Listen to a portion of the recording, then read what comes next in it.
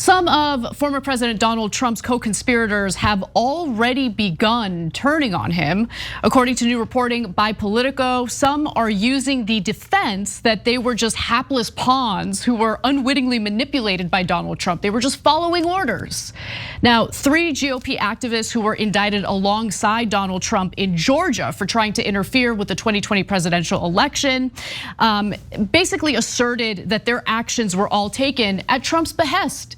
They're not adults who get to make decisions on their own. They're not adults who get to investigate what they're being asked to do. They just take orders from an individual and they carry them out, regardless of whether or not there's any criminality involved. Now, according to Politico, David Schaefer, Kathleen Latham, and Sean Still recently said in court filings that nearly all of the charges they face were the result of instructions from Trump and his lawyers. The 3 GOP activists, all poised as pro-Trump presidential electors, meaning the phony electors, signing documents claiming they were Georgia's legitimate electors, even though Biden won the state.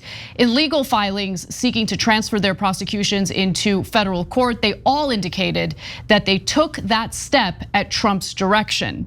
Now, we're gonna get into Trump's former chief of staff, Mark Meadows. He pleaded not guilty today in the state of Georgia in the same case, but his legal defense appears to be forming as well, and we'll get into those details in just a moment. But first, Cenk, your thoughts. Yeah, as you'll see from Mark Meadows, he basically personifies what Anna said in the beginning, which is, well, I thought Trump would yell at me. Literally, as you'll see in a minute. He said that in court. Yeah, it's the saddest, most pathetic thing I've seen. Now, having said that, who organized this conspiracy? Is that a hard question? So like all these people are going to court and saying it wasn't me, it was Trump's idea. Well, that's obviously true. So was like a rando staffer at the White House was like, hey guys, you guys want to steal the election? And he somehow convinced Trump and everyone else? No, of course it was Trump's idea. Anything else, suggesting anything else would be absurd. But yet, Republican voters like, I don't know whose idea it was, and whosever idea it was to steal the election was probably a genius idea. Anyways, now these guys want to split apart from the Trump case, and that has a lot of ramifications. Will it help Trump, not help Trump? A lot to talk through here. Exactly, I mean, yeah, I can't wait to get into that discussion because there are potential downsides, especially if they're planning on blaming Trump for everything. However, let's get into Mark Meadows because there was something that happened last week that's worth getting into. So obviously in the Georgia case, the phone call that Donald Trump made to Secretary of State Brad Raffensperger is gonna play a pivotal role. It's an important piece of evidence. Now, Mark Meadows is the one who connected that phone call, and that's part of the reason why he is facing this indictment for his role. Now, the argument by his attorney was, well, I mean, Mark Meadows was his chief of staff. He simply connected the call at the behest of the President of the United States. So already you see that defense forming. Oh, he's just an innocent individual who was taking orders and following through with those orders. But then there were, let me give you an exact statement from Meadows' lawyer. He said, quote, there's a lot of statements by Mr. Trump and Mr. Meadows' speaking roles were quite limited. And this is the statement from the lawyer after they had actually played that call in court. So this happened last week. So again, this was an attempt to essentially focus on Trump and say that all Meadows did here was connect the call. But what about the situation with the fake electors? So the lawyer even had an exchange with Raffensperger in the courtroom, by the way. Raffensperger confirmed that Meadows' role in that phone call was limited. He didn't make a request that you change the vote totals. Mr. Meadows himself, Francisco, that's the lawyer, continued, and at that point, Raffensperger replies, correct. Okay, now let's move on to the slate of electors. Meadows made clear in his own testimony at last week's hearing that Trump viewed the false electors as a significant part of his strategy to remain in power. He said he sent an email pushing the campaign to assemble those slates because he feared a tongue lashing from Trump. And so this is how the exchange played out between Mark Meadows and the prosecutor. So Meadows said, what I didn't want to happen was for the campaign to prevail in court action, meaning in the lawsuits, okay, and not have the fake electors lined up. And the prosecutor, Anna Cross, says, why? And Meadows responds, because I knew I'd be yelled at by the president of the United States. I didn't want to be yelled at. I was willing to undermine democracy because I did not want to be yelled at by the president of the United States. That is an incredible statement from a member of the Republican Party, a party that has, even till this day, positioned itself as a group of strong men that are better on things like national security than the Democratic Party is. It's just amazing. There's like a little scolded boy, he's part of the House Freedom. He was part of the House Freedom Caucus, which is the most right wing, most conservative. Oh, we're not tough men, alpha males. He's gonna yell at me. Look, you're the chief of staff. You're massively responsible. You're the one who put together the fake elector plot, and it was a fake elector plot. Like if you said the beginning of that statement that Anna read to you, where look, we got our electors, our slate of electors ready in case we needed them. Nobody's gonna have an issue with that, okay? We invented a new slate of electors that were totally fake, had them sign documents that were not true, and then did that after we knew we lost the election. Yeah, that's a different situation, brother. And if you did that because you didn't want a quote unquote disgusting tongue lashing from Trump, which I grant you is nobody would want, including his wife. Okay, but that's not a real reason to have committed a crime. So I didn't want to rob the bank, but my friend bullied me into it is not a great defense.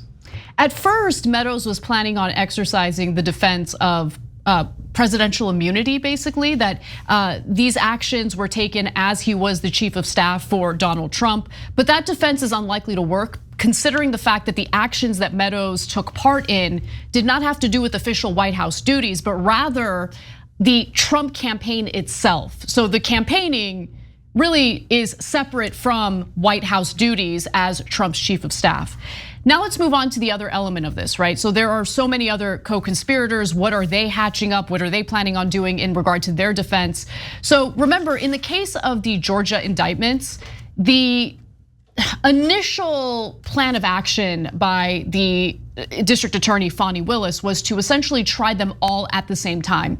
However, two of Trump's legal advisors, Kenneth Chesebro and Sidney Powell, they both want to essentially separate themselves from that big trial and be tried separate from Donald Trump, which is an interesting tactic, which could backfire considering the fact that one of the things that's clear in what pretty much all the co-conspirators seem to be doing is essentially shifting the blame onto Trump and just essentially trying to make people think like they were just following orders. Now, it would be difficult for Chesebro and Sidney Powell to make that argument because remember, they're the legal advisors. They're the ones advising Donald Trump. So maybe they've decided, separate us because we can't use that same defense that let's say Mark Meadows plans on using in this case. What do you think? Yeah, so there's a lot of nuance here. So most people think that having those guys go first would be a problem for the prosecutors for a couple of reasons. Number one, they need to move faster and it's a big giant case and they'd have to get it quicker than they anticipated because those guys want speedy trials as soon as possible. Number two is you'd have to lay out your whole case for just those guys, which then allows the defense for Trump and the others to get ready better because they then will get to see the entire prosecution case. In fact, some have speculated that one or both of them are going first to help Trump so that they'll lay out their case in front of them, even though it might endanger them more. On the other hand, if they decide to take a plea deal and then they testify in Trump's trial, that would be massively damaging to Trump. And if they're convicted ahead of time, ahead of Trump's trial, that would also be damaging. Now, these are all legal issues. Some are clearer than others. Meadows is trying to have it removed federal court. That would definitely help Trump and Meadows. And there is a case for it. That's, the Republicans make a lot of wacky legal arguments. That's not among them. Remove to federal courts is a perfectly fine argument to make. They probably lose it, but it's understandable and would certainly help them a lot because then Trump can pardon all of them. Can you elaborate on that a little further? So you say that they actually have an argument, explain why that is? Because Meadows is saying like, you're bringing this case to me in Georgia, but I'm the chief of staff for the federal government. And I did all of these things in service of my role in the federal government. So if you're gonna say I did something wrong in that role, you need to bring me to a federal court. I ain't got nothing to do with Georgia. Now, Georgia, on the other hand, says, of course you do. You committed this crime in Georgia. You asked to rig this election specifically in Georgia. I'm not worried about what you did in Wisconsin or Montana. I'm worried about what you did here. So it's a good case. It's an interesting case. And if there wasn't this much pressure, I'd say it's a close case in that argument, right?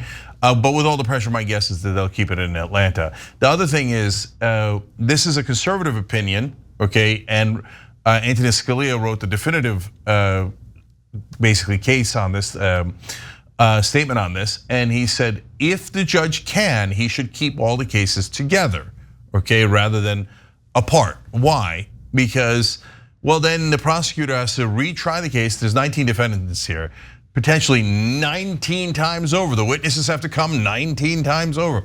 They have to get 19 juries. So what do conservatives want to do? They generally want to help prosecutors. So the conservative position was, let the prosecutor try them all at once. They could tell one big cohesive story and then the jury can make up their mind. It doesn't waste as many resources, it's fair, etc. Will conservative justices stick with the conservative legal position? I think they're liars. I don't think they care about conservative legal principles at all. If it goes to the Supreme Court or something along those lines, conservative justices should say, keep all the cases together, whether Cheeseborough and Trump want it or not. But will they rule that way? Who knows? They make political decisions all the time. They do make political decisions all the time, although there have been some surprising decisions from the Supreme Court, even as it pertains to the overturning of the 2020 presidential election. So I get the instinct to be skeptical of the Supreme Court, but I really don't know how they would decide. No, I don't either. Yeah. And so, but look, I think there's one other element to it, which is not legal but political. I kind of want those guys to win on their petition to start earlier. Why? Because Atlanta's going to be televised, and so I want people seeing the evidence. Like, guys, I get super frustrated with Republican voters. But I see every single day on social media, they have never heard reality, ever. They have no idea what's going on. Like on the national secrets case, they're like, what national secrets? There must be no national secrets because we haven't heard about them. If they were important, we would have heard. Yeah, so no, they're top secret. That's why you didn't hear. So that phone call that Donald Trump had with the biographer for Mark Meadows' book, and a publicist for said writer and book, the ghostwriter, right? Yeah. I mean, they haven't heard that call, which is amazing to me, based on what you're saying, right? In the call, Trump is bragging about the classified document he has in regard to foreign policy toward Iran. The number of Republican voters that have heard of fake electors is really small. Like if the number of people Republican voters who believe that there were fake electors is near zero, is my guess. And the reality is there's documents that say, we're gonna use fake electors. There's a document called fraudulent electors, right? And how many Republicans know that? Almost none, because right-wing media would never, ever tell them the truth, never. So they lie to them 24/7, so these Republican voters are totally confused. They're like, I don't get it, doesn't everybody have their electors? He was just trying to, but didn't they ask for recounts before? This isn't about asking for a recount. This is about stealing an election with fake electors, but Republicans don't know that. So if Cheeseborough and Sidney Powell go first, and on television you see the overwhelming evidence on fake electors, it might swing primary voters. And that's more important to me than any other part of the trial, to be honest. If you enjoyed this video, that's because of our members. They make us independent, they make us strong, and they make us honest. Become a member today by hitting the join button below.